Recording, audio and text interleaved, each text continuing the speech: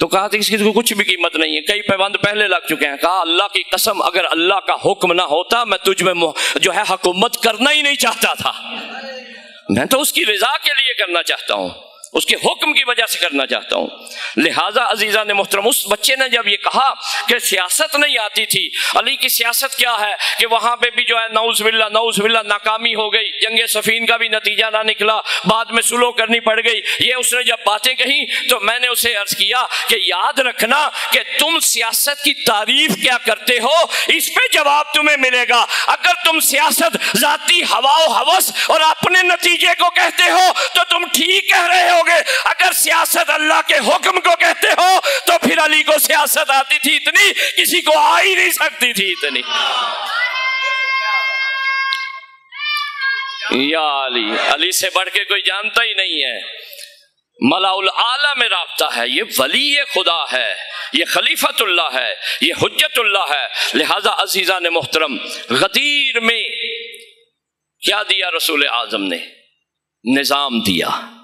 توجہ رکھیے گا، اس نظام کو میں آج آپ کے سامنے اوپن کرنا چاہتا ہوں، کھولنا چاہتا ہوں. یہ نظام دونوں چلتے آئے، اللہ نے نبیوں کو بھیجا تعارف کراؤ میرے محمد کا، آخر میں ہم انہیں سنبھال لیں گے. تو جب محمد آئے تو رسول اللہ سے کہا کہ ان کو غدیر بتا دو. ان کو کیا بتا دو؟ غدیر. سب سے پہلے یہ کہ ان کو پتا چل جائے کہ اس کے بعد کوئی نبی نہیں آنے والا، کیونکہ جو مہر لگائی اللہ نے، میں نے چاہا نا 3-4 باتیں اس میں. سب سے پہلے تو اپنے نظام کا اعلان کیا کہ میرا نظام جمہوریت نہیں ہے، میرا نظام بادشاہت نہیں ہے، میرا نظام ملوکیت نہیں ہے، میرا نظام غبن کر کے سیاست سے جو ہے چھین لینا نہیں ہے، میرا نظام جو ہے ولایت ہے، میرا نظام ولایت ہے. لہذا ولایت کو رائج کر دو. ولایت کو رائج کر دیا. تو یا اللہ پھر آگے نتیجہ کیا؟ کہا پہلے سب سے میں ولایت کے ذریعے دین مکمل کر رہا ہوں، دوسرے نمبر پہ میں ولایت کے ذریعے نعمت تمام کر رہا ہوں. یعنی میں قادر مطلق کے پاس جو کچھ تھا دینے کے لائق میں نے دے دیا ہے. اب وحدانیت رہتی ہے، وہ کوئی لینے کے قابل نہیں ہے، وہ ممکن نہیں ہے. میں نے وحدانیت، وحدہ لا شریک ہونا، بذات ہونا، یہ سب میری شایان شان ہے. لیکن جو کچھ اتممت علیکم نعمتی، اللہ جب اتممت تو کہے، آپ اس پہ غور کریں نا، یہ مبالغہ نہیں ہے. میری آپ کی طرح نہیں کہ میں نے تمہیں بہت کچھ دے دیا، سارا کچھ دے دیا. نہیں، میرا سارا اور ہے، اس کا سارا اور ہے. اس کے سارے کی تو معرفت ہی نہیں. قرآن میں اللہ واضح فرماتا ہے ان تعدوا نعمت اللہ، اگر تم اللہ کی نعمتیں شمار کرنا کرو تم اس کو احاطہ ہی نہیں کر سکتے، تم گن ہی نہیں سکتے. تو جا کے تم یہ کہو سارا کہاں پہ ہے. لہذا جو گننے سے عاجز ہو، جو دیکھنے سے سمجھنے سے عاجز ہو، وہ کیسے طے کر سکتا ہے کتنی نعمت دی. اللہ نے اسی لیے کہا دین بھی مکمل کر رہا ہوں اور نعمت بھی تمام کر رہا ہوں. اور تیسرا نتیجے کا جملہ بولا رضیت لکم الاسلام دینا، میں راضی بھی ہو رہا ہوں. اب رضی اللہ وہی ہوگا جو غدیر ہی ہوگا.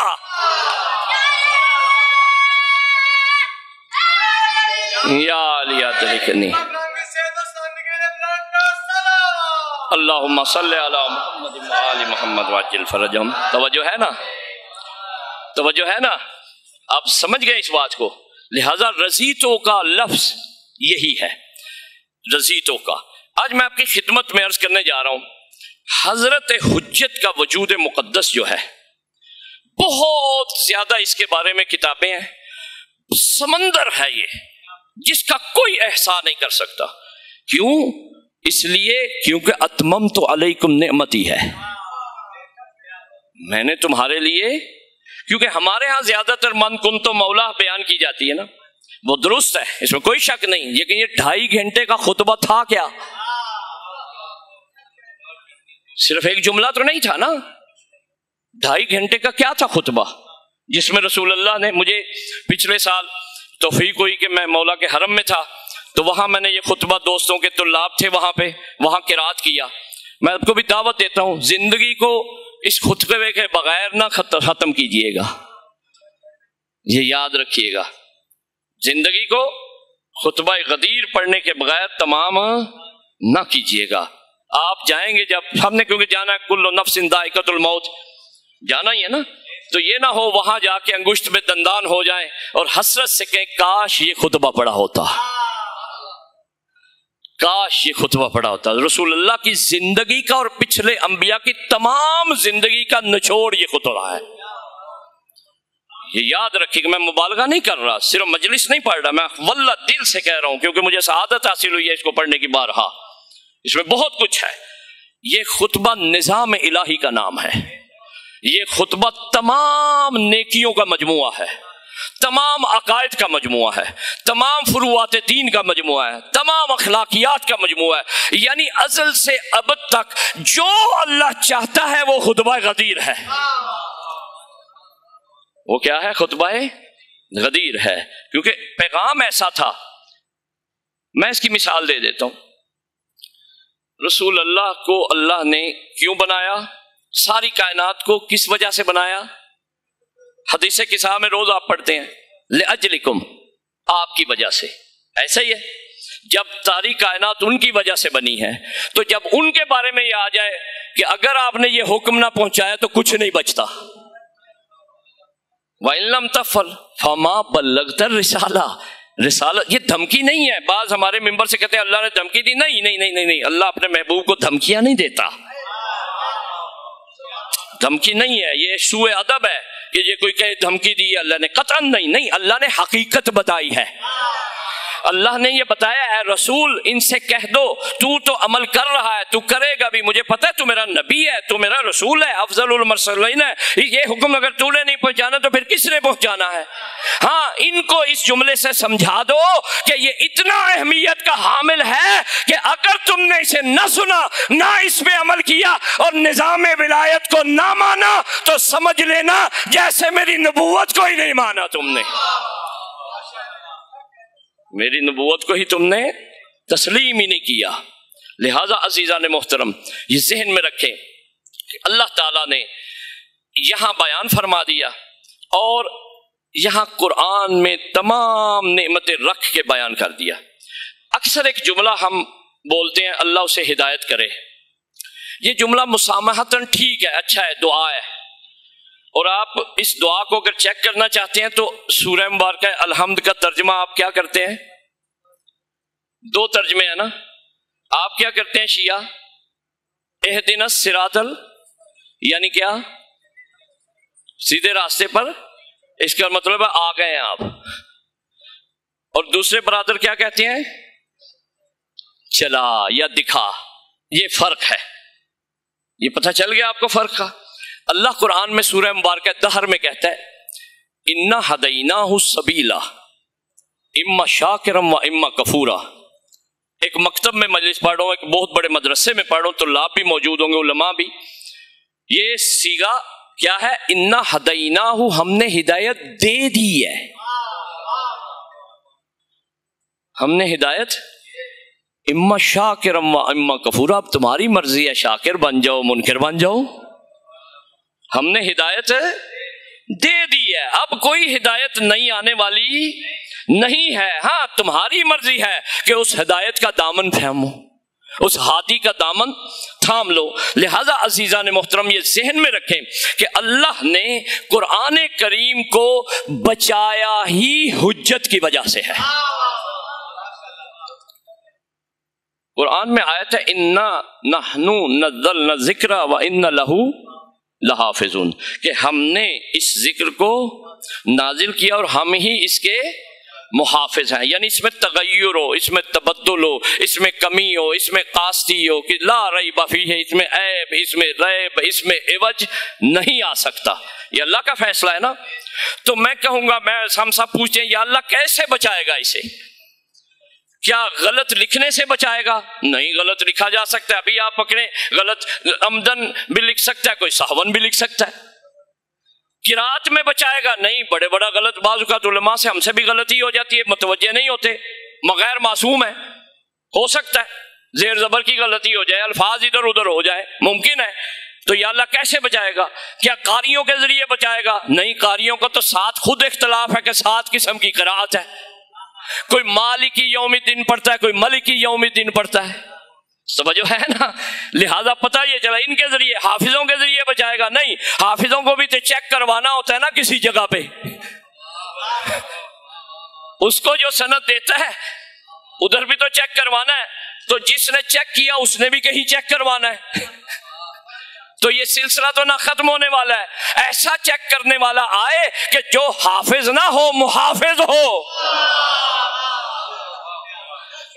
جو حافظ نہ ہو، جو کیا حافظہ چلا جائے گا، چوٹ لگی قومے میں چلا گیا، حافظہ ختم. حافظے کی تو اتنی بساط ہے، وہ جس کا دل قرآن ہو.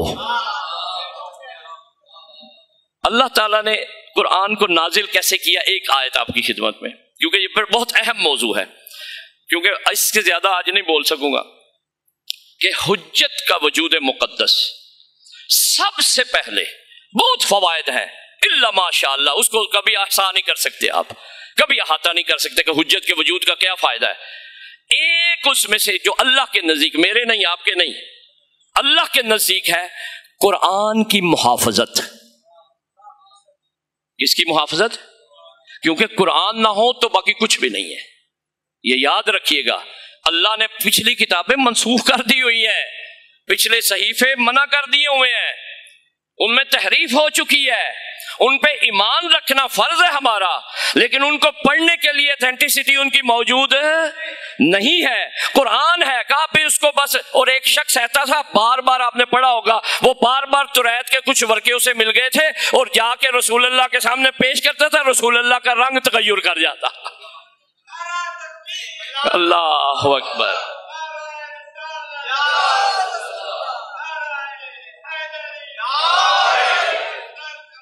اللہم صلی علی محمد وآل محمد. اور خود سورہ بقرہ 12 سال میں یاد کی تھی. کتاب کا نام بھی دے دیتے، الدر المنصور، علامہ سیوطی کی تفسیر ہے قرآن کی. سورہ بقرہ کے ریفرنس دے رہا ہوں. سورہ بقرہ میں پڑھنے جائیں گے تو شروع یا آخر میں کسی نے شروع میں اور ترجمے میں معلوم نہیں اس نے نکالنا دیا ہو، لکھا ہوا ہے کہ بڑی مشکل سے 12 سال میں سورہ بقرہ یاد کی تھی. اور دعویٰ کیا تھا؟ حسبنا کتاب اللہ. میں نے آپ کو سمجھا دی یہ بات.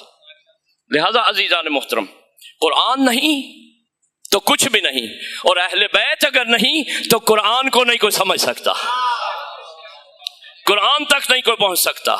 تو عزیزان محترم، ایک جملہ امیر المومنین کا فرق کے لیے، تاکہ آپ کے ذہن میں فرق آ جائے کہ کیا فرق ہے، کیونکہ مستند مجلس ہونی چاہیے. امیر المومنین کیا ارشاد فرماتے ہیں؟ قرآن میں اور امام میں کیا فرق ہے، تاکہ آپ اسی سیکوینس سے ذہن کو بنا کے سنیں اس کو. قرآن میں اور امام میں کیا فرق ہے؟ یہ نہج البلاغہ اس کا ریفرنس دے رہا ہوں. نہج البلاغہ میں یہ جملہ ہے. وہ کیا فرماتے ہیں امیر المومنین؟ فرماتے ہیں کہ میں مثال سے سمجھاتا ہوں، جلدی سمجھ جائیں گے آپ. کہ آپ یہ روڈ پہ جاتے ہیں، روڈ پہ بورڈز لگے ہوتے ہیں، سائن بورڈز، کہ اس طرف موٹر وے ہے، اس طرف فلاں شہر ہے، اس طرف فلاں آقا ہے، لکھا نا. یہ کیا بتاتے ہیں آپ کو؟ سمت بتاتے ہیں، ڈائریکشن دیتے ہیں آپ کو. ایسا ہی ہے. اور اگر آپ روڈ پہ جائیں، گاڑی روکیں، کسی سے پوچھیں کہ میں نے فلاں جگہ جانا ہے، مثلا اسلام آباد کی طرف جانا ہے، تو وہ آپ کو بتائے گا ادھر سے لیفٹ ہو جاؤ، رائٹ ہو جاؤ، ادھر ہو جاؤ، ادھر ہو جاؤ، ادھر ہو جاؤ. ایسا ہی ہے. یا آپ کا Google map navigation system, navigator جو ہے وہ آپ یوز کرتے ہیں، وہ بھی آپ کو کیا بتائے؟ لیفٹ ہو جاؤ. اور اتفاق یہ ہے کہ مولوی ملا جو ہے وہ امام کی امامت نہیں مانتا، عورت کی امامت مان رہا ہے.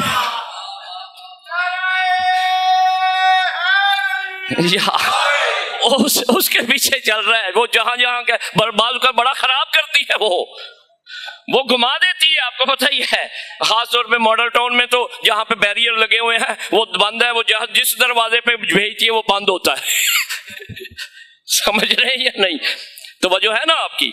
تو پتہ یہ چلا کہ بورڈز کیا کرتے ہیں؟ ڈائریکشن دیتے ہیں. بتانے والا کیا کرتا ہے؟ ڈائریکشن دیتا ہے. نیویگیشن سسٹم کو کیا کرتا ہے؟ ڈائریکشن دیتا ہے. مولا یہی فرما رہے ہیں قرآن تمہیں ڈائریکشن دے گا.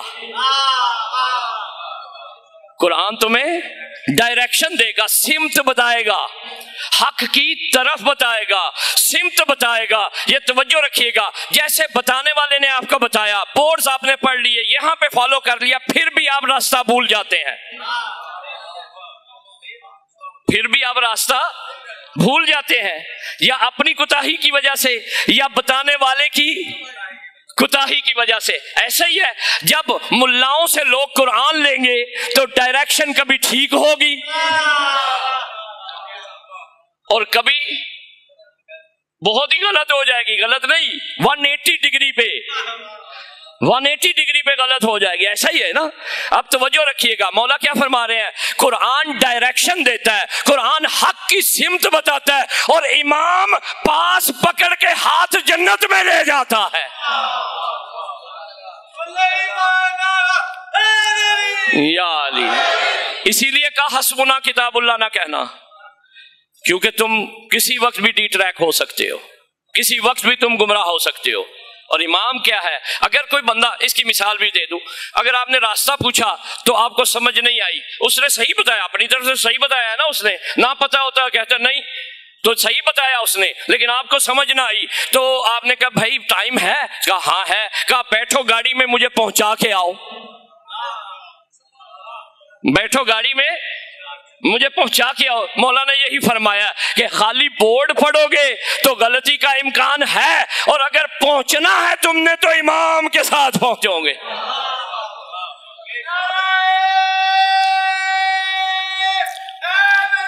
یا علی ادرکنی، توجہ ہے نا آپ کی؟ اگر پہنچنا ہے تو امام کے ساتھ پہنچو گے۔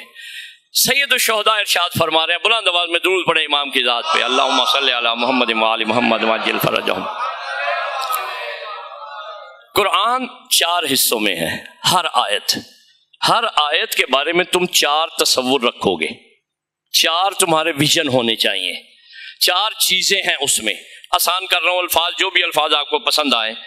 یعنی قرآن کی ہر آیت 4 کوالٹیز رکھتی ہے، 4 صفتیں رکھتی ہے، 4 کام کرتی ہے، جو آپ کو پسند آئے لفظ لے لیں۔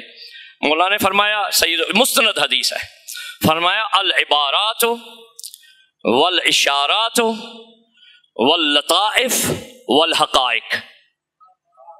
ہر آیت عبارت بھی ہے، یعنی ٹیکسٹ بھی ہے، اشارے بھی ہیں، لطائف نکتے بھی ہیں، اور حقائق بھی ہیں۔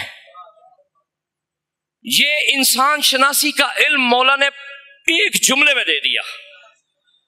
انسانوں کو پہچاننا ہو تو اسی سے پہچاننا، خود کو پہچاننا ہو تو اسی سے پہچاننا، قرآن کے دعوے داروں کو پہچاننا ہو تو اسی سے پہچاننا۔ تمام مسائل تمہیں اس سے ملے، قرآن کی معرفت حاصل کرنی ہو تو اسی سے کرنا۔ مولا کیا ہے؟ فرمایا العبارات، ٹیکسٹ ہے اس میں۔ مولا بیان فرمائیے، اور مولا فرماتے ہیں العبارات للعوام، عبارتیں ٹیکسٹ عوام کے لیے ہوتی ہیں۔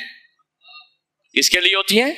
اب پتہ چلا کہ جو عبارتوں میں پھنسا رہے، جو ترجموں میں پھنسا رہے، جو صرف و نحو میں پھنسا رہے، جو گرامر میں پھنسا رہے، وہ لغت میں پھنسا رہے، صرف عبارتوں کو اچھا بیان کرے، اچھی تلاوت کرے یا عبارتوں کو یاد کرے، وہ خواص میں نہیں ہے، وہ عوام میں ہے۔ وہ کیا ہے؟ عوام میں ہے۔ پھر مولا فرماتے ہیں الاشارات للخواص، کہ اشارے کس کے لیے ہیں؟ خاص لوگوں کے لیے ہے۔ یہاں کہا یطعمون الطعام، آنے کا سبحان اللہ، یہ خواص ہے نا۔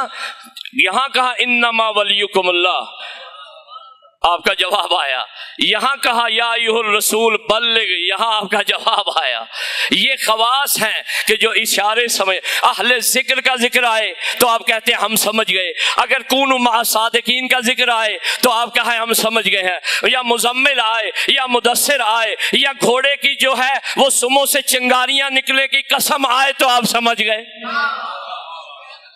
ہر بات کو آپ سمجھ جاتے ہیں۔ لیکن دوسرا بندہ آپ ہی کا ہمسایہ ہو، ممکن ہے آپ کا ہی کلاس فیلو ہو، تو وہ کہ مجھے نہیں پتا چلا یہ کیا ہے، آپ نے کہا جاؤ بھائی یہ تو معرفت کی باتیں ہیں، عوام سے مولا نے ہمیں خواص میں لایا ہے، عوام سے ہمیں خواص میں لایا ہے۔ اور تیسرا جملہ واللطائف، لطیف نکتے ہیں۔ یہ اصل میں اس کو تھوڑا مجھے اجازت دیں بیان کروں، بلند آواز میں درود پڑھیں اہل بیت کی ذات پہ، اللہم صلی علی محمد وآل محمد وعجل فرجہم۔ لطیف اللہ کی صفت ہے، قرآن کریم میں ہے، وَهُوَ اللطیف الخبیر، بڑی دفعہ قرآن میں موجود ہے۔ ایسا ہی ہے۔ لطیف کسے کہتے ہیں؟ جسم کی دو قسمیں ہیں، باڈی کی، بدن کی۔ ایک قسم ہے جس کے آر پار آپ نہیں دیکھ سکتے، جیسے یہ دیواریں ہیں، جیسے میرا ہاتھ ہے، آپ اس کے اس پار نہیں دیکھ سکے۔ ایک جسم ہے جس کو آپ اس پار دیکھ سکتے ہیں، جیسے آپ کی اینک ہے یہ بھی جسم، جیسے بزرگوں نے لگائی ہوئی ہے، جیسے انہوں نے لگائی ہوئی ہے محترم نے، تو یہ کیا ہے یہ بھی جسم، لیکن یہ کیا کر رہا ہے اس پار؟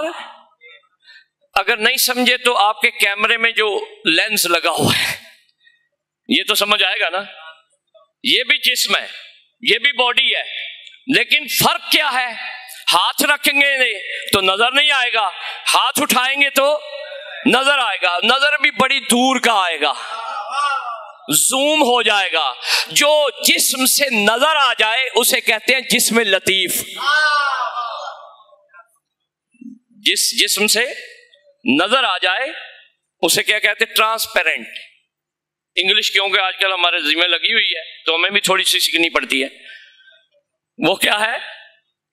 جس سے آر پار نظر آ جائے، ایسا ہی ہے۔ اب توجہ رکھیے گا، مولا کیا فرماتے ہیں؟ قرآن میں لطائف ہیں، یہ لطیف کی جمع ہے، لطیفہ لطیف۔ لطیفہ ہمارے اردو میں اور چیز ہے، وہ نہیں سمجھ لیجئے گا، نہیں، کیا ہے لطائف؟ لطائف سے کیا مراد ہے؟ کہ تم چھوٹے سے شیشے سے دیکھتے ہو، بہت بڑی دنیا دکھاتا ہے، یا چھوٹے سے شیشے سے دیکھتے ہو، خوردبین کی مثال، اور وہ تمہیں بہت بڑا کر کے چیزوں کو دکھاتا ہے۔ مولا نے فرمایا کہ لطائف ہیں قرآن میں، کہ وہ کون مولا جانتا ہے؟ کہا جو ولی اللہ ہوگا وہ لطائف جانے گا، پڑھے گا ایک حرف نظر دنیا آئے گی اس میں۔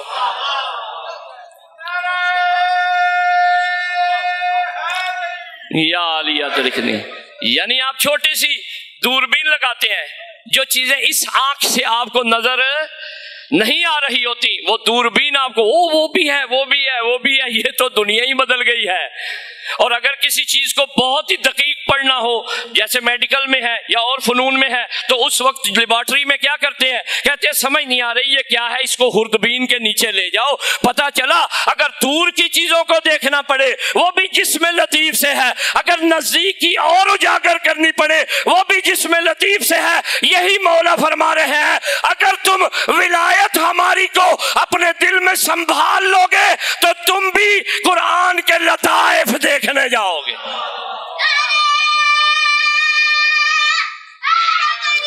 یا علی ادرکنی، توجہ رہے۔ اور یہ میں آپ کو یہاں رک کے عرض کرتا ہوں، ٹھمکے چھینے چیزیں پہننا، بال نہ دھونا 2 4 سال 5 سال 20 سال، یہ ولایت نہیں ہے، اسے نہیں ولی کہتے۔ یہ اتنے مہینے نہایا نہیں ہے، اس نے آگ پھیلا دی ہے، آگ جلا دی ہے، آگ میں ہاتھ ڈال دیا ہے، گرم تیل میں پکوڑا نکال لیا ہے، یہ سب فضولیات ہیں۔ خدا کی قسم یہ چیزیں بالکل ڈی ٹریک کرنے والی ہیں۔ ہندوؤں کے پاس ہندو بڑے بڑے، کیونکہ میری اسپیشلائزیشن عرفان میں ہے، میں نے عرفان میں پڑھا ہے کہ ہندو بڑے بڑے لوگ بڑا بڑا کچھ جانتے ہیں، یہ سب سیرت تماشے بنائے ہوئے ہیں، اس سے کوئی شریعت کی۔ مولا نے آپ کو بتا دیا مجھے کہ اگر تم ولی اللہ کو پہچاننا چاہتے ہو تو اسے کہنا مجھے آگ بجھا کے جلا کے نہ دکھاؤ، مجھے رسیوں پہ چل کے نہ دکھاؤ، مجھے ایسا نہ کرو، شوبدہ بازیاں نہ کرو، بتاؤ قرآن کے لطائف کہاں ہیں؟ اسے ولی ماننا کہ جو قرآن کے لطائف بتائے تمہیں، اسے ولی ماننا کہ جو دیکھے ایک لفظ نظر اسے آئے، ایسی دنیا نظر آئے تو اس کی مثال دے دوں جناب فضا کی، محمد و آل محمد، بلند آواز کے مل کے درود بھیجیں، اللہم صلی علی محمد و آل محمد۔ وہ جو جبریل کے ساتھ قرآن سے کلام کرتی تھی، جو ملائکہ کے ساتھ کنورسیشن کرتی تھی، یہ کیا تھا؟ سمرہ اہل بیت کے دروازے پہ آئی، جو یاد حفظ کچھ نہیں، یا نہیں کہ مثلا کہ یہ سیکھو، نہیں، اطاعت اتنی کی، وقت کی حجت کی کہ وہاں اتنا سمرہ مل گیا کہ نظر لطیف ہو گئی، لطائف بیان کرنے لگی، یہ لطائف بیان کرنے لگی۔ یہ لہذا خود کو چیک کرنا ہو کہ ہم کہاں کھڑے ہیں، ہم عوام میں ہیں، خواص میں ہیں، اولیاء الہی میں ہیں۔ طے کر لیں اب ہم اپنی سفر، مولانا نے کہا سفر کھلا ہے آپ کے لیے، اور اس کے بعد مولانا فرمایا والحقائق، اور چوتھا حصہ کیا ہے؟ اور ہر آیت میں ہے بسم اللہ الرحمن الرحیم کے کچھ ٹیکسٹ ہے، بسم اللہ الرحمن الرحیم کے جو ہے وہ اشارے ہیں، بائے بسم اللہ، غیر سے کریں تو چپ رہے گا، میں کہوں نقطہ تو تحت البا، آپ کہیں گے یا علی مدد، آپ کہیں گے نعرہ حیدری یا علی، ایسا ہی ہے نا، پتہ چل گیا آپ کو، یہ اس کا اشارہ ہے۔ اور لطائف جب اس بسم اللہ کے شاہکارات دیکھنا چاہیں آپ، وہ اس میں شاہکارات میں سے کیا ہے کہ بسم اللہ جو ہے وہ دریا پار کروا دیتی ہے۔ وہ اس کی منزل کیا ہے کہ اگر ایمان ہو تو پھر جو ہے ذہن اور دل میں ہوتا ہے، اور اگر یقین ہو جائے تو دریا بسم اللہ پار کروا دیتی ہے۔ یہ ایمان سے یقین کا سفر ہے۔ لہذا عزیزان محترم، میں اپنے وقت کے اندر مجلس ختم کرنا چاہوں گا، توجہ رکھیے گا کہ حقائق لنا اہل البیت، کہ یہ حقائق ہم اہل بیت کے لیے ہیں۔ اس لیے اللہ نے، کیونکہ کچھ عبارتوں میں پھنسے رہیں گے، کچھ اشاروں تک آ جائیں گے، اور بڑی کوئی ہمت کرے گا تو لطائف نقطے جان لے گا، اس میں بھی یقین نہیں ہوگا، کہے گا میں گناہگار ہوں، پھر بھی ممکن ہے سمجھ آئی ہو یا نہ آئی ہو۔ اس لیے اللہ نے قرآن کے حقائق کو ہمارے قلوب میں محفوظ کر دیا ہے۔ اللہ نے قرآن کے حقائق کو ہمارے قلوب میں محفوظ کر دیا ہے۔ اللہ نے اسے نازل کیا، احکمت آیاتہ ثم فصلت من لدن حکیم خبیر، یہ محکم آیتوں کا مجموعہ تھا، اس میں تفصیل آ گئی۔ اللہ جو حکیم خبیر ہے، اس نے اپنے جو ہے لدن سے نزل بہ روح الامین علی قلبک، آپ کے دل پہ نازل فرمایا۔ توجہ ہے نا آپ کی، کلام الہی۔ اچھا یہاں نازل ہونے کا سن لیں۔ نازل کا ہم ترجمہ یہ اکثر کرتے ہیں اوپر سے نیچے رکھنا، قطعاً ایسا نہیں ہے۔ نازل ہونے کا ترجمہ یہ ہے کہ ایک مثال میں سمجھا دیتا ہوں ایک جملے میں۔ نازل کا یہ ہے اللہ کا کلام۔ کس کا کلام؟ اللہ کا۔ اس سے بڑا کوئی کلام ہو نہیں سکتا، ممکن نہیں ہے اس سے بڑا کوئی کلام ہو۔ جب یہ اللہ کا کلام ہے تو اللہ کا کلام ہو، اور مجھ جیسا ایک فقیر بھی یہ کہے مجھے سمجھ آ رہا ہے، اسے کہتے ہیں نازل ہونا۔ کہ اس سے اچھا رسول اللہ کے لیے بھی معجزہ ہے، رسول بھی کہتے ہیں کمال ہے، علی بھی کہتے ہیں کمال ہے، فاطمہ بھی کہتی ہے کمال ہے، حسن و حسین بھی کہتے ہیں کمال ہے، تا امام مہدی سب کہتے ہیں یہ کمال ہے، بلکہ کمال نہیں، فرماتے ہیں کہ ہمارا کمال ہے، ہمارے گھر میں آیا ہے۔ یہ ہمارا کمال ہے کہ یہ ہمارے گھر میں آیا۔ ہر امام نے اپنے دور میں ہر جگہ پہ کسی اور فضیلت کا ذکر کیا ہو یا نہ کیا ہو، یہ ضرور ذکر کیا ہے نحنو اہل بیت النبوہ و معدن الرسالہ و مختلف الملائکہ، کہ ہم وہ ہیں جن کے گھر ملائکہ آتے جاتے ہیں، ہم معدن وحی ہیں، وحی کا ذکر کیا ہے۔ لہٰذا عزیزان محترم یہ ذہن میں رکھ لیں کہ محکم آیتیں تھیں۔ نزول کا مطلب کیا ہے کہ مجھ جیسا ایک حقیر بھی کہتا ہے میں قرآن سمجھ گیا، اور رسول اللہ بھی کہتے ہیں کہ مجھے بھی قرآن آتا ہے۔ یہی نازل ہونا ہے کہ جتنا کوئی نازل ہوگا یہ اتنا نیچے آ کے کلام کرے گا، جتنا عالی ہوگا اتنا عالی بن کے کلام کرے گا اس سے، یعنی کہ اتنی عظمت سے کہ علی بھی کہے کمال ہے یہ، علی بھی اس پہ فخر کریں، رسول بھی اس پہ فخر کریں۔ لہٰذا یہ نازل ہونے سے یہ مراد، یعنی کہ اس کے مفہوم کو سادہ سادہ آسان آسان آسان آسان کرنا، آسان کرنا، اس سے یہ مراد ہے، یہ نہیں کہ اوپر سے اٹھا کے نیچے رکھ دیا ہے۔ یہ بلند آواز میں درود پڑھیں اہل بیت کی ذات پہ، اللہم صلی علی محمد وآل محمد۔ اللہ نے اسے نازل کیا، کلام الہی کہاں نازل کیا؟ دو اس کے نزول ہیں، ایک نزول نفس الامر میں ہے، عالم ارواح میں ہے، وہ الگ ہے، اس کی بحث نہیں میں کرنا چاہتا کیونکہ وہ بہت سخت ہے سمجھنا، اور ایک اس دنیا کے لیے ہے، ایک دنیا کے لیے ہے۔ دنیا کے لیے یہ کہ لوح محفوظ پر جہاں نزلہ کہا عربی میں، وہاں پہ ایک دفعہ نازل ہوا، جہاں انا انزلنا کہا وہ تھوڑا تھوڑا کر کے نازل ہوا۔ یہ دونوں نشانیاں موجود ہیں قرآن میں۔ نزلہ وہاں پہ کیا ہے؟ ایک دم نازل ہوا، سارے کا سارا مکمل، اور یہاں انزلنا وہاں یہ دنیا میں، سمجھ گئے یا نہیں؟ یہ فرق آپ ذہن میں رکھیں، دنیا میں قلب مصطفیٰ پہ یہ نازل ہوا، صادر کہاں سے ہوا؟ زبان مصطفیٰ سے، اور کانوں میں گیا جس میں جس طرح کا دل تھا اس طرح کا اثر کیا اس نے،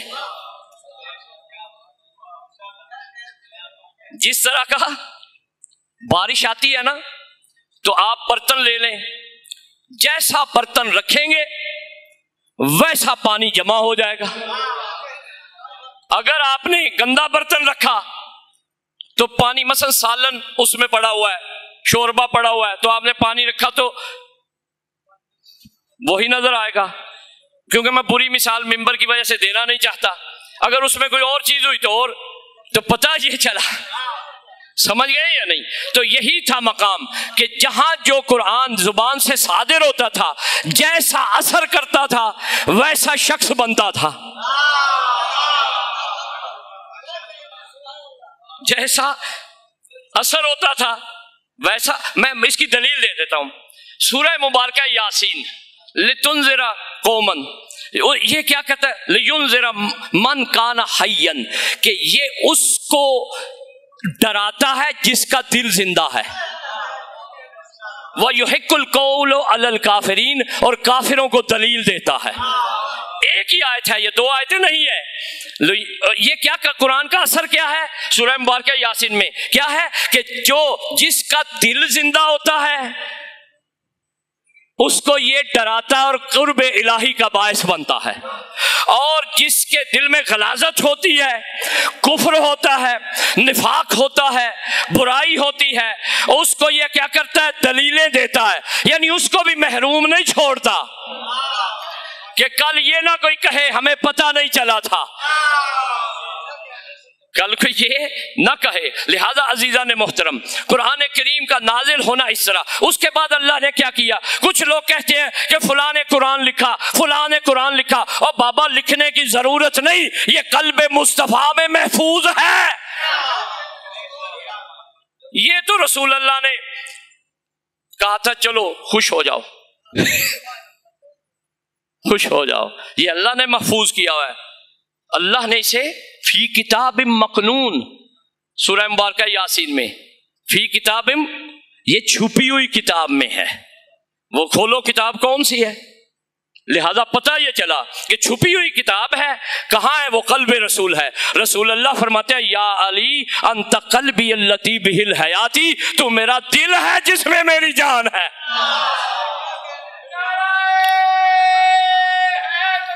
یا علی ادرکنی، کاش وقت ہوتا تو میں اس کو بیان کرتا، کیونکہ میں نے ضرور اپنی منزل پہ پہنچنا ہے۔ تو پتہ یہ چلا قلب مصطفیٰ سے قلب علی، قلب فاطمہ زہرا، قلب حسن، قلب حسین، یہ قلوب مبارکہ ہیں، یہ قلوب مطمئنہ ہے، یہ نفوس مطمئنہ ہے، کیونکہ قرآن کے ظہور کی وجہ سے یہ کبھی لرزتے نہیں، ان کی رائے کبھی مختلف نہیں ہوتی، یہ کبھی مشوش نہیں ہوتے، ان کو کبھی نسیان نہیں ہوتا، ان کو کبھی ہذیان نہیں ہوتا، ان کو کبھی سہو نہیں ہوتا، ان کے قریب کوئی رجس نہیں آتا، یہ بھولتے نہیں ہیں، یہ مطمئن اتنا ہے کہ اللہ کہتا ہے یا ایتھا النفس المطمئنہ، یہ نفس مطمئن ہے کیونکہ ان کے دل میں اللہ نے قرآن رکھا ہوا ہے، قرآن کی حفاظت ایسے کی ہے اللہ نے، قرآن کی۔ اسی طرح حسن کے بعد حسین کے دل میں، حسین کے بعد علی بن الحسین، محمد باقر، جعفر صادق، موسیٰ کاظم، علی رضا، محمد تقی، علی النقی، حضرت حسن عسکری، اور اس کے بعد اس وقت قرآن قلب مبارک حضرت حجت کی ذات ہے۔ اللہ محمد و آل محمد، یا علی ادری کی توجہ ہے نا آپ کی، قلب مبارک، کیونکہ ہو سکتا ہے سارے قاری ختم ہو جائیں، سارے حافظ نہ رہیں، سارے صحیفے نہ رہیں، کوئی آفات آ سکتی ہیں۔ یہ آپ کو پتہ ہے جب بھی اس طرح کی حکومت آتی ہے جو بھی چل رہی ہے، اکثر صحیفے اداروں کے جل ول جاتے ہیں، اداروں کی فائلیں جل ول جاتی ہے، ریکارڈ سارا ختم ہو جاتا ہے۔ اللہ نہ کرے کوئی ایسی آفت آئے تو کیا ان کے ذریعے، اگلی بات سن لے کیونکہ آخری باتیں ہیں، اگر کوئی کہے نہیں ایسا نہیں ہو سکتا، اللہ اس کو مولویوں کے ذریعے ہی بچائے گا، حافظوں کے ذریعے بچائے گا، قاریوں کے ذریعے ہی، اور آج آگے پھر میں تمہیں لے کے جاتا ہوں، ٹھیک ہے میں مان لیتا ہوں، لیکن طول تاریخ میں ساری تاریخ گواہ ہے کہ جب بھی کوئی مفسر تفسیر لکھتا ہے تو آخر میں کہتا ہے واللہ عالم بالصواب، صحیح اللہ ہی جانتا ہے، میں نے تو اپنی محنت پیش کی۔ چیلنج کر رہا ہوں، ایک مفسر لاؤ کہ جس نے کہا ہو کہ جو میں کہہ رہا ہوں یہی خدا کہہ رہا ہے۔ کوئی کہے گا کہ جو مجھے واللہ عالم بالصواب کا ترجمہ کیا ہے جوانوں کے لیے، اللہ ہی صحیح جان، ثواب کہتے ہیں سین کے ساتھ ثواب الگ ہے، سے کے ساتھ ثواب جو حاصل کرتے ہیں، ٹھیک ہے، اور سواد کے ساتھ ثواب کیا ہے، صحیح، یعنی اللہ ہی صحیح جانتا ہے۔ مراد ہے کہ تیرا گمان ہے یہ، اور گمان کبھی باطل بھی ہو سکتا ہے، کبھی حق بھی ہو سکتا ہے، دونوں صورتیں ہوں گی نا گمان میں، گیس گمان جس میں صحیح بھی ہو سکتا ہے بات، یعنی یقین نہیں، لیکن اللہ کہتا ہے یقین چاہیے۔ اللہ کیا کہتا ہے؟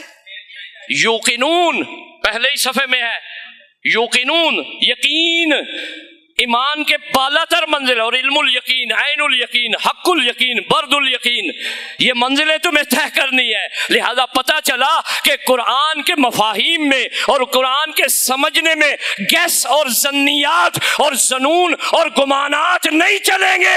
آج کوئی بھی آ جائے یہی کہے گا میرا یہ گمان ہے اور بڑا بہترین ہے، مان لیتے ہیں، لیکن حقیقت وہی بتائے گا جس کا دل قرآن ہے، حقیقت وہی بتائے گا جس کا دل۔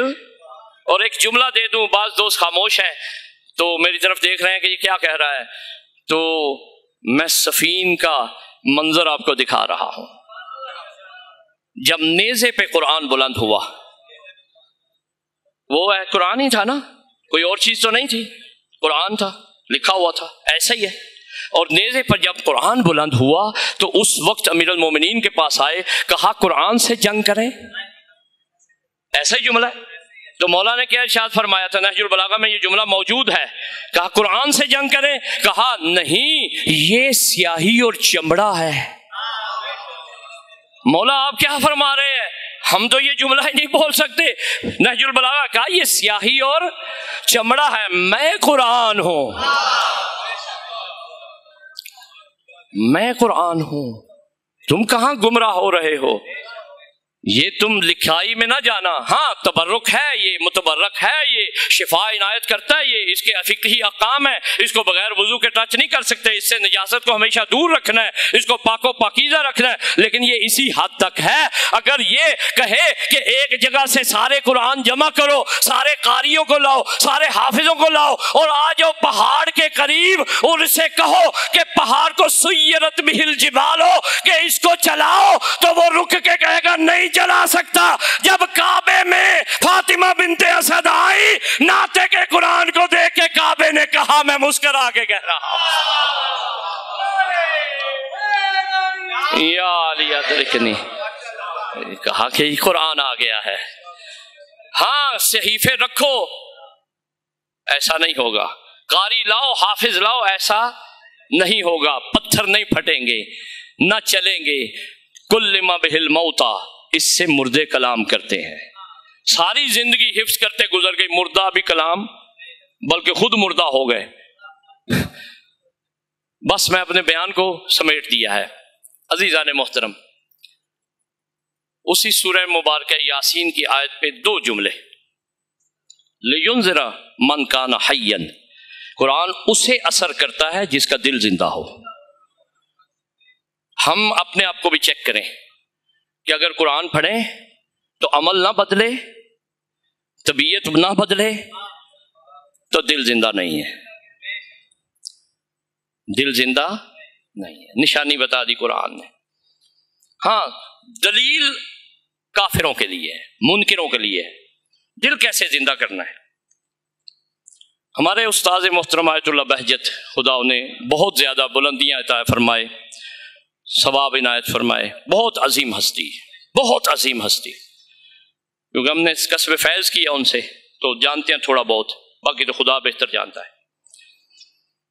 آیت اللہ بہجت فرماتے ہیں کہ جس نے 2 چیزوں سے انسان چل رہا ہے، ورنہ جانور ہے، ایک دل سے اور ایک دماغ سے، یہ 2 چیزیں ہیں، باقی جسم میں ہے وہ جانور کا ہم سے زیادہ مضبوط ہے۔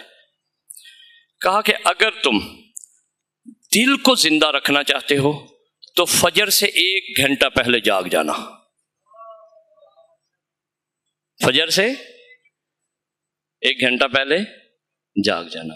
اگر دماغ کو زندہ رکھنا چاہتے ہو فجر کے 1 گھنٹہ بعد جاگتے رہنا۔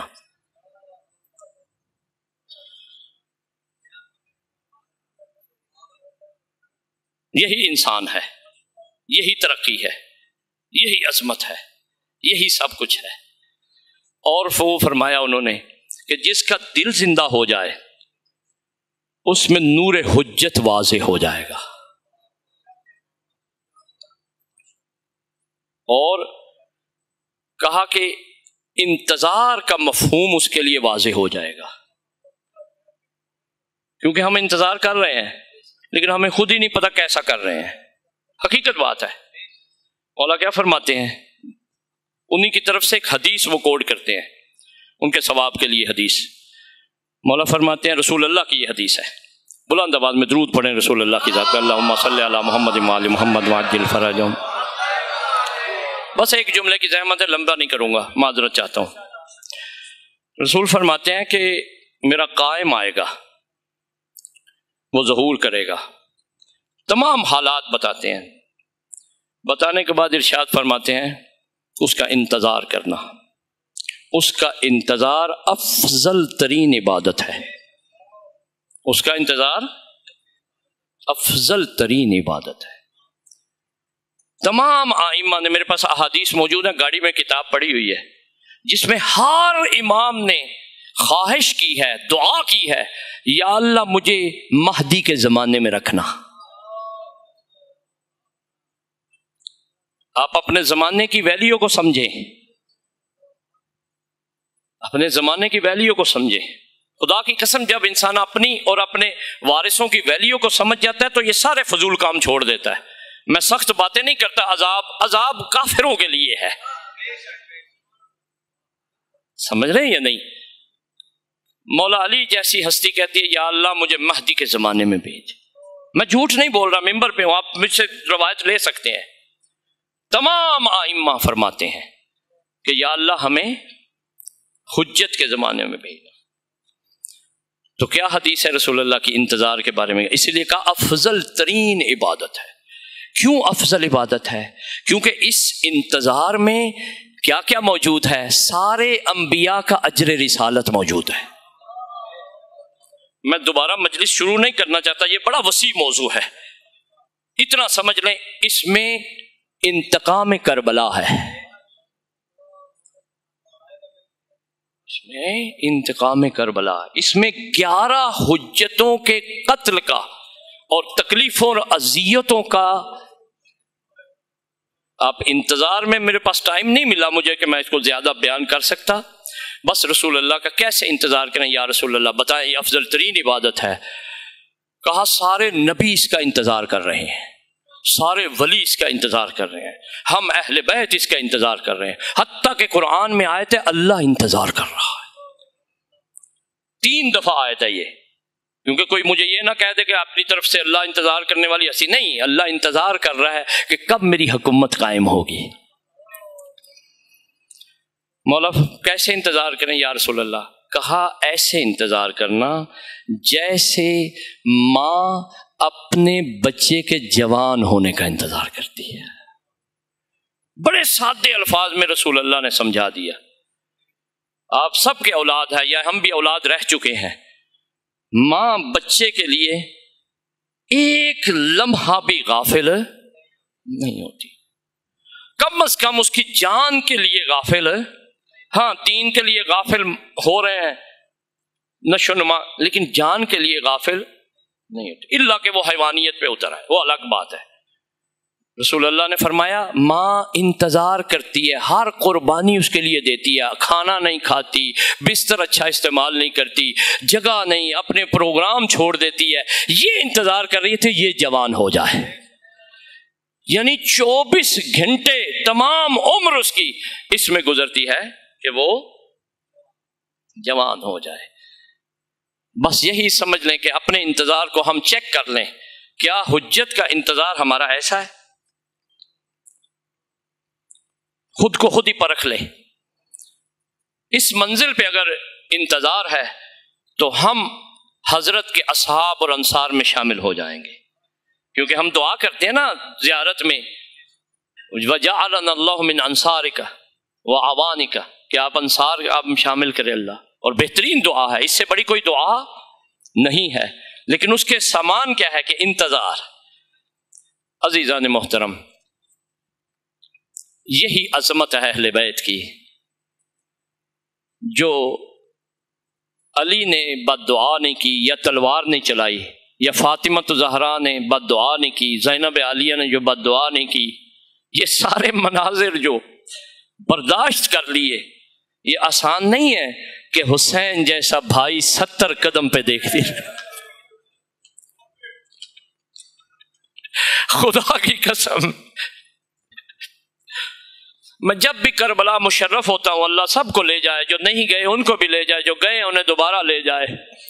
تلہ زینبیہ پہ میں جب پہلی دفعہ مشرف ہوا تھا 1998 میں، اس وقت صدام ملعون کا زمانہ تھا، تلہ زینبیہ اب تو تبدیل ہو گیا نا سارا، تو عزادارو وہاں پہ تلہ زینبیہ پہ ایک بینر لگا رہتا ہے، ہر سال ابھی بھی لگتا ہے البتہ وہ بینر، وہاں لکھا ہوتا ہے السلام علیکی یا جبل الصبر۔ دیکھا ہوگا زائرین نے، سلام ہو صبر کے پہاڑ پر، یہ زیارت کا بھی جملہ ہے۔ عزادارو یہ سب کچھ برداشت کیا اہل بیت نے، کیوں برداشت کیا ہے؟ مہدی آنا ہے۔ خدا کی قسم تمام ائمہ کو لوگ پوچھتے تھے کہ کیسے برداشت کیا، کہا ایک سہارے پہ، کہا کس سہارے پہ؟ کہا ہمارے مہدی نے آنا ہے۔ مولا علی کا نہج البلاغہ میں مصائب کا جملہ ہے، مولا فرماتے ہیں ہمیں اونٹ کی کوہان پہ آخری جگہ پہ بٹھا دیا گیا ہے اور بڑی دیر تک ظلم سہنے ہیں ہم نے۔ مولا علی کا جملہ ہے، بڑی دیر تک ہم نے ظلم سہنے ہیں، ہاں لیکن ایک دن آئے گا کہ ہمارا قائم آئے گا، ہمارا مہدی آئے گا، ایک ایک بدلہ چکائے گا۔ عزادارو، حسین کا سر، میرے پاس ایک کتاب ہے جس کا نام ہے رأس الحسین، حسین کا سر۔ میں زیادہ زحمت نہیں آپ کو دوں گا، تھوڑے سے مصائب گری آپ نے کر لیا، مقبولیت ہو گئی، اللہ آپ کی ساری حاجتیں نیک پوری فرمائے۔ عزادارو، رأس الحسین کتاب ہے جس میں حسین کے سر کا تذکرہ ہے۔ اس میں چند صفحے پڑھنے کے بعد کتاب بند کرنی پڑتی ہے، انسان برداشت نہیں کر سکتا۔ عزادارو، یہ جو سر ہے اس کے ساتھ کیا گزری، بدن تو گرم ریتی پہ پڑا رہا۔ دو چار جملے یہ بھی لے لو، بدن جب تن سے جدا ہوا، سر سے جدا ہوا تن تو گرم ریتی پہ تھا، تو اس وقت یہ کہا گیا ایسے گھوڑے لاؤ کہ جو اب تک جنگ میں شریک نہ ہوئے ہوں، تازہ دم گھوڑے لے کے آؤ۔ عزادارو، مختار کی روایت ہے یہ، مختار نے ایک ظالم سے پوچھا کہ تو نے کربلا میں کیا کیا ہے؟ کہہ رہا میں نے تیر نہیں چلایا، تلوار نہیں چلائی، میں نے پتھر نہیں مارا، میں نے کوئی ایسا نہیں کیا۔ کہا کیا کیا ہے؟ کہا کہ جب گھوڑے تیار کیے گئے تھے اس گھوڑے کا سوار ہوں جو حسین کی لاش سے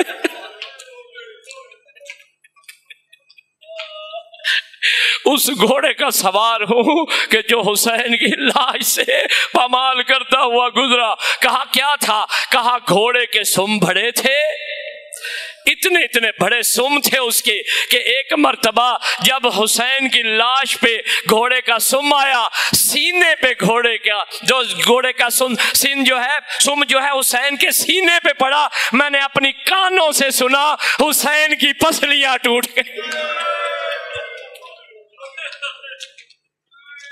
حسین کی پسلیاں ٹوٹ گئی۔ یہ کہتا ہے جب حسین کی پسلیاں ٹوٹی تو امام زمانہ زیارت ناہیہ میں ارشاد فرماتے ہیں میرا سلام ہو میرے جد حسین پر کہ جن کا جسم ایسے تھا جیسے آٹے کی چکی میں آٹا پیس دیا جاتا ہے۔ اجرکم اللہ، اجرکم اللہ۔ عزادارو، ایک دو جملہ سر کا بھی لے لو، عبادت ہو گئی، عظیم عبادت ہے۔ عزادارو، یہ سر نے جو سفر کیا ہے نا، یہ بڑا سخت سفر تھا۔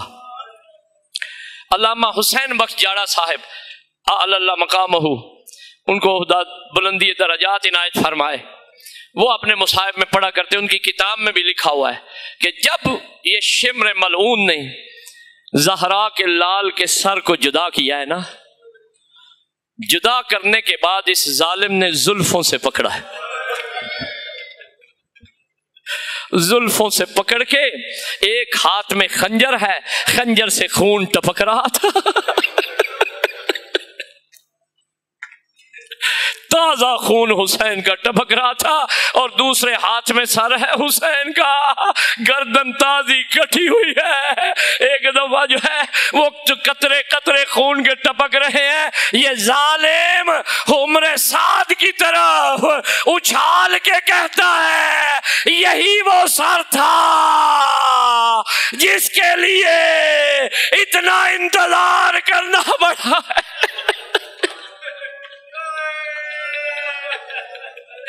یہی وہ سر ہے جس کے لیے اتنا انتظار کرنا پڑا ہے۔ میں ہاتھ باندھ سے آپ سے سوال کرتا ہوں، جو 70 قدم سے بہن دیکھ رہی تھی، جو در خیام پہ بیٹی دیکھ رہی تھی، اس پہ کیا گزری ہوگی؟ جو رسول اللہ اس سر کو سینے سے لگاتے تھے، جو فاطمہ الزہرا ان زلفوں میں کنگیاں دیتی تھی، ان پہ کیا گزری ہوگی؟ اگلی منزل سن لینا، ان ظالموں نے نوکے نیزہ پہ بلند کر دیا۔ عزادارو، دوسری منزل ہے نوکے نیزہ بھی۔ میں صرف آپ کو اشارہ کر کے گزرتا ہوں، میں سخت نہیں پڑھتا۔ لیکن کتابوں میں نے اسی کتاب میں پڑھا ہے ان ظالموں نے تازہ سر جو جدا ہوا تھا نو کے نیزہ کو نیچے کیا. نیزہ آپ کو پتہ تیز ہوتا بڑا, ایک دفعہ حسین کا سر رکھا نہیں. میں کیسے پڑھوں حسین کے سر کو زور سے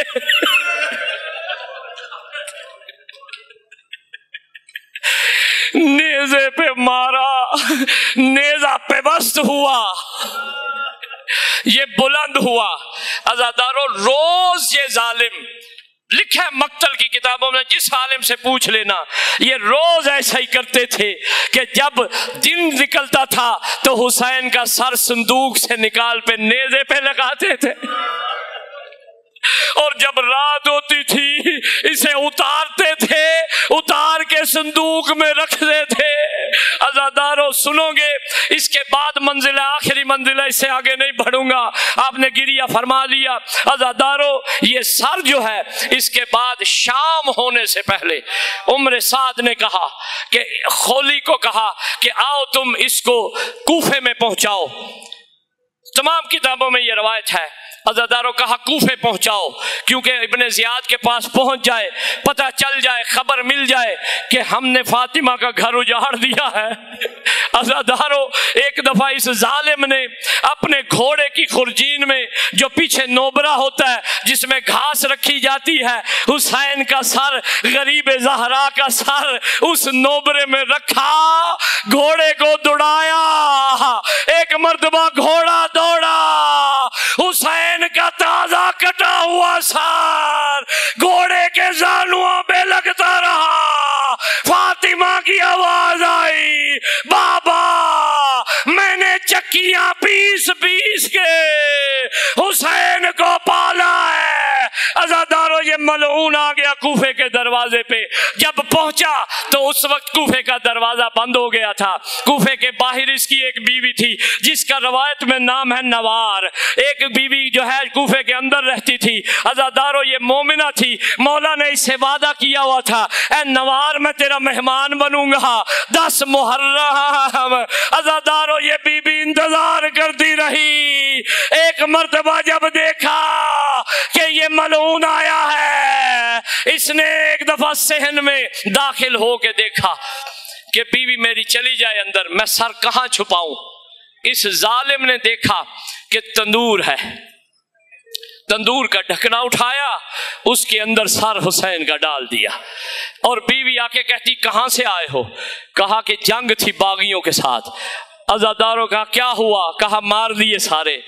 کہا تم کیوں پریشان ہو؟ کہا میں اس لیے پریشان ہوں, میرا دل آج صبح سے پریشان ہے. میرے سے حسین نے وعدہ کیا تھا کہ میں تیرے گھر آؤں گا, یہ وعدہ خلافی نہیں کرتے, اللہ خیر کرے. عزادارو آدھی رات کو یہ جب اٹھی ہے نماز شب کے لیے, ایک نور کی ہماری آ رہی تھی. حسین کا سار ایک بی بی نے لیا. آواز آئی میرا لال آنکھیں کھول, ماں ملنے آئی ہے. اس بی بی نوار نے کہا یہ کس کا سر ہے, تو کون ہے؟ کہا میں دکھیاری ماں فاطمہ الزہرا ہوں, یہ میرے حسین کا سر ہے. اللہ لعنت اللہ علی القوم الظالمین وَسَيَعْلَمُ الَّذِينَ ظَلَمُوا أَيُّ مُنْقَلِبٍ يَنْقَلِبُونَ. یا اللہ بحق محمد و آل محمد علیہ السلام سید الشہداء کے اس عظمت والے سر کے صدقے, مظلوم سر کے صدقے, تمام دعائیں جو حاضرین کے ذہن میں ہیں, دل میں ہیں, میری ماں بہنوں کی جتنی دعائیں مستجاب فرما. یا اللہ تمام مرحومین کو غریق رحمت فرما. یا اللہ تمام بیماروں کو شفا عنایت فرما. بے روزگاروں کو رزق حلال و بابرکت و فراوان نصیب فرما. یا اللہ تمام بچوں کو تمام علمی سیٹ اپس پہ جہاں بھی وہ تحصیل علم کر رہے ہیں انہیں کامیاب و کامران فرما. جو فارغ و تحصیل ہو چکے ہیں ان کے لیے بہترین زندگی کے اسباب عنایت فرما. یا اللہ حجت کے پاکیزہ چہرے کے صدقے میں یہ جو مجالس کا سلسلہ دوست انجام دے رہے ہیں, جو جملہ امام بارگاہوں میں, حوزات علمیہ میں, مساجد میں تیری خدمت کی جا رہی ہے, نجف اشرم بیلجیم میں، قم میں، لبنان میں، نائجیریا میں، یمن میں، کشمیر میں، پاکستان میں، جہاں بھی تیرے حریم کے لیے دفاع کر رہے ہیں، علماء اعلام، مراجع اعظام، رہبر معظم، سب کی حفاظت فرما، مقامات مقدسہ کی حفاظت فرما، ہم سب کو حج و زیارات سے مشرف فرما یا اللہ۔ جو تیرے دشمن ہیں، تیرے دین کے دشمن ہیں، محمد و آل محمد کے دشمن ہیں، تشیع کے دشمن ہیں، قرآن کے دشمن ہیں، پاکستان کے دشمن ہیں، انقلاب اسلامی کے دشمن ہیں، جو قابل ہدایت نہیں، امریکہ ہو، سعود ہو، یہود ہو، اسی طرح جو ہم منافقین، ان کو فی النار فرما یا اللہ۔ حجت کے ظہور میں تعجیل فرما، امام کی جو ہے پاکیزہ چہرے کی ہم سب کو زیارت نصیب فرما، امام کے پاکیزہ چہرے کے صدقے میں تمام دعائیں مستجاب فرما، جو دعائیں رہ گئی ہیں زبان پہ نہیں آ سکی، ذہن میں ہیں یا دل میں ہیں، حجت کے پاکیزہ چہرے کے صدقے میں مستجاب فرما، امام کے ظہور میں تعجیل فرما، امام کے انصار میں ہمیں شریک فرما۔ اللہم صلی علی فاطمہ و ابیہا و بعلہا و بنیہا و سر المستودع فیہا۔